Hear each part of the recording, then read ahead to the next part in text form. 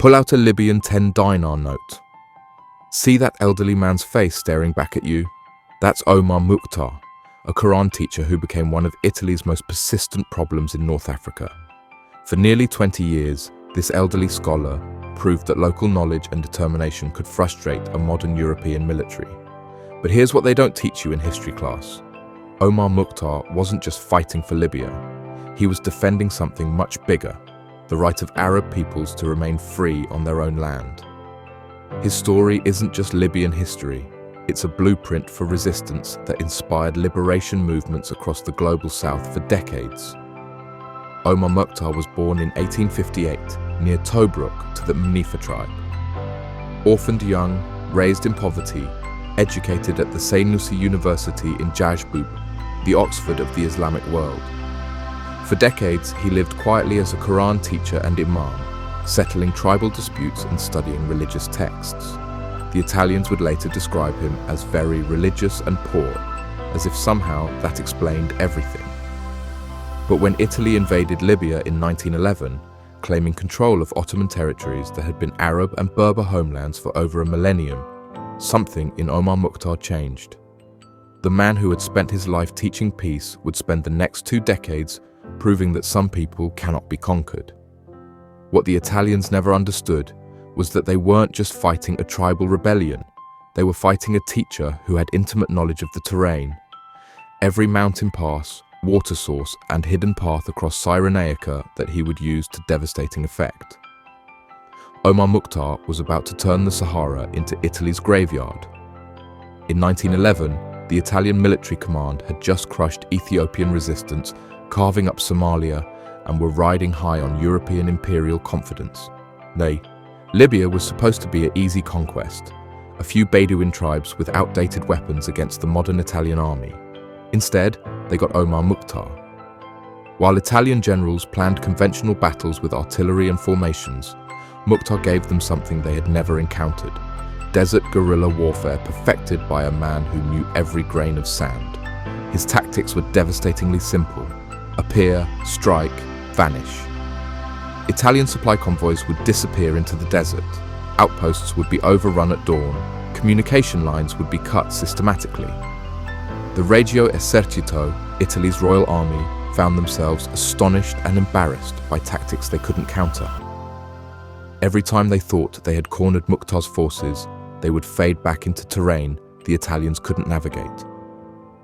A European power was being systematically outmaneuvered by indigenous resistance. What made Omar Mukhtar's resistance absolutely brilliant wasn't just military tactics, it was his understanding of colonial psychology. European colonial success depended on the myth of inevitable victory. Once that myth cracked, the entire system became vulnerable. Every successful ambush sent the same message to other colonized peoples: the Europeans can be defeated. Every Italian retreat proved that modern weapons mean nothing without local knowledge. Mukhtar understood something that liberation leaders across Africa and Asia would later adopt. You don't need to win every battle. You just need to make occupation so expensive and humiliating that the colonizers lose the will to continue. In the Jebel Akhdar mountains, Mukhtar's fighters would strike Italian positions and disappear before reinforcements arrived. Italian commanders wrote frustrated reports. But the psychological warfare was even more devastating. Here was a 60-year-old Quran teacher making fools of officers trained at Europe's finest military academies. The colonial narrative of European superiority was crumbling in the Libyan desert. By the 1920s, the Italian occupation of Libya had become an international embarrassment. 20 years after the easy conquest began, Italy still couldn't control most of Cyrenaica. Mussolini, desperate to project strength in the Mediterranean, kept pouring resources into what should have been a simple colonial police action. General Rodolfo Graziani, the man Mussolini sent to finish what his predecessors couldn't. Graziani would later earn the nickname the Butcher of Libya for what came next. But even Graziani, despite his brutality, couldn't help but respect his opponent. His description of Omar Mukhtar reads almost like admiration. Of medium height, stout, with white hair, beard, and moustache. Omar was endowed with quick and lively intelligence, unselfish and uncompromising. Ultimately, he remained very religious and poor. Think about that for a moment. The Italian general sent to crush Libyan resistance was essentially describing a wise village elder who happened to be the most effective guerrilla commander of his generation. By 1930, after 19 years of warfare, Italian forces had spent enormous resources, yet still couldn't establish complete control over the interior. Cyrenaica remained contested territory under Omar Mukhtar's leadership. Frustrated by nearly 2 decades of military failure, Italy made a decision that revealed the true nature of colonial rule. If they couldn't defeat the resistance, they would target the civilian population. In 1931, General Graziani initiated a plan of systematic brutality. The entire population of Jebel Akhdar, 100,000 people, would be herded into concentration camps on the coast. The Libyan-Egyptian border would be fenced and patrolled to cut off external support. Aircraft would bomb suspected resistance positions. Collective punishment would be used against any community suspected of helping Mukhtar. This wasn't warfare anymore. This was genocide disguised as counterinsurgency. But even facing these horrific tactics, Omar Mukhtar refused to surrender. At 73 years old, when most men would be teaching grandchildren, he was still leading raids against Italian positions. His message to his followers remained unchanged. We are people that will not surrender. We win or we die. September 11th, 1931. After 20 years of making the Italian Empire look incompetent, Omar Mukhtar was finally wounded in battle near Slonta and captured by Libyan colonial troops working for the Italians.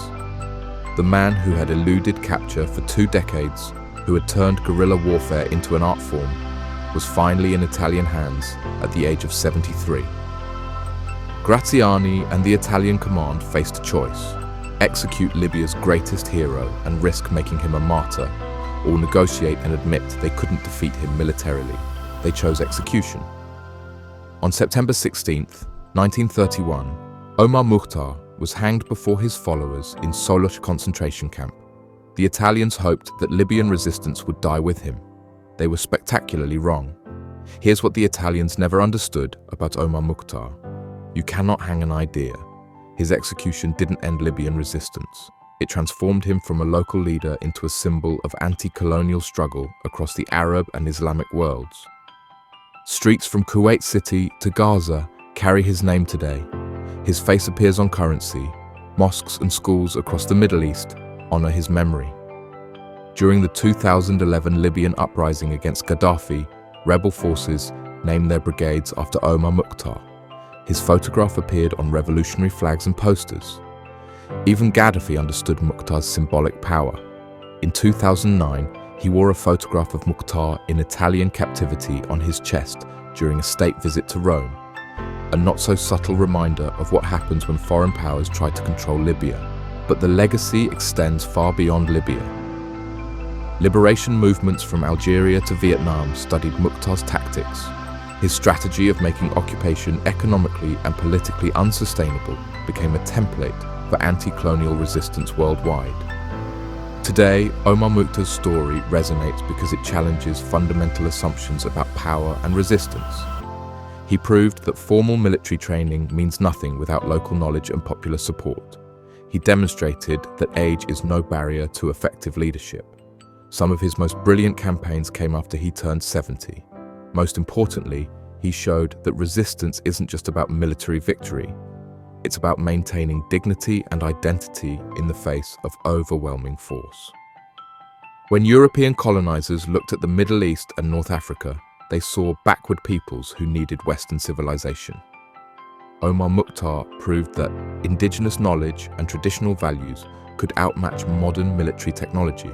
His story reminds us that every successful liberation movement combines local wisdom with strategic brilliance. You don't defeat empires by copying their methods. You defeat them by understanding their weaknesses better than they understand your strengths. In an era when Western powers still intervene in the global South claiming to bring democracy and development, Omar Mukhtar's example remains relevant. Some peoples prefer freedom in their own way to prosperity under foreign rule. The teacher who terrorized Mussolini for 20 years left us more than military tactics. He left us a philosophy of resistance. We are people that will not surrender. We win or we die. That's not just a battle cry, it's a declaration that some values transcend survival itself. Omar Mukhtar was executed at 73 after refusing to surrender or collaborate with Italian rule. His unwavering resistance until capture gave birth to something more powerful than any individual life, the unbreakable idea that freedom is worth any sacrifice. Today, when liberation movements face overwhelming force, they remember the Libyan teacher who proved that determination and local knowledge can outlast any empire.